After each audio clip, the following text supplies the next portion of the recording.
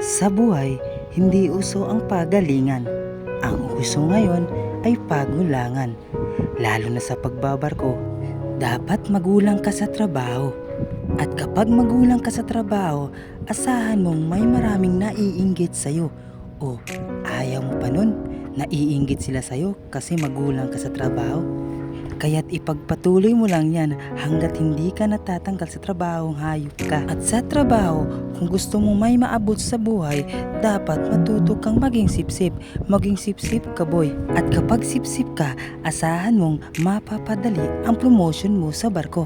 At mapapadali na rin ang buhay mo. O ayaw mo pa nun? Wala nang kahirap-hirap? Kaya ipagpatuloy mo lang ang ginagawa mo. Kung magulang ka sa trabaho o sipsip ka sa barko, hanggat hindi ka namamatay, huwag kang tumigil, huwag kang sumuko, think positive, go go go. At dapat maging aktibo ka sa trabaho, lalo na pag nakatingin ang opisyal mo. Para sasabihin ng opisyal mo, hala, ang sipag naman tong batang to, gawan nga to ng promosyong hayop na to. At huwag mong isipin ang sasabihin ng iba. Ang isipin mo ang sinasabi ng isip mo. Kasi alam ko namang wala kang isip. Basta magtiwala ka lang sa kakayanan mo hanggat kaya mo.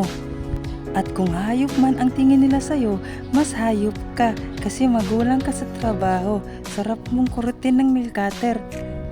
Basta ang advice ko sa'yo, huwag kang sumuko hanggat hindi ka napapasuko. Dahil yan ang tunay na katangian na isang sipsip na katulad mo.